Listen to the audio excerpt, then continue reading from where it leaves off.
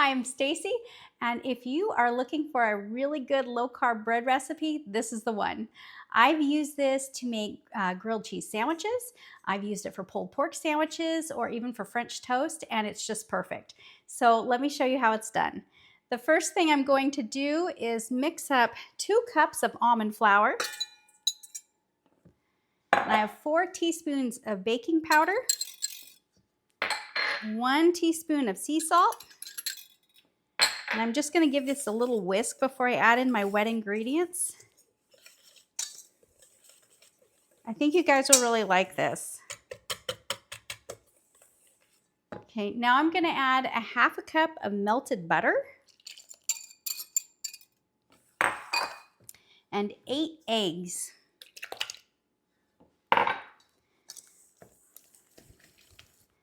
Just want to whisk this all together until it's nice and smooth.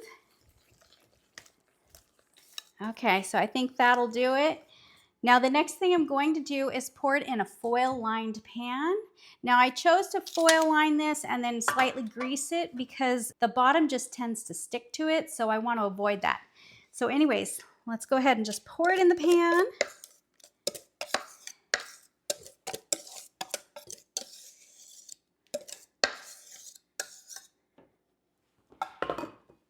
And I'm going to pop it in the oven at 400 degrees until the top is golden brown.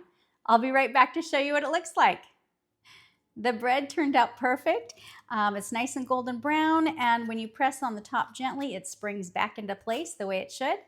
So now I'm just going to let it sit in the pan for about 10 minutes until it's slightly cool, and then I'll lift it up out of the pan and set it down somewhere to let it cool completely before slicing into it to make my sandwiches. Anyways, thank you and have a great day. Bye.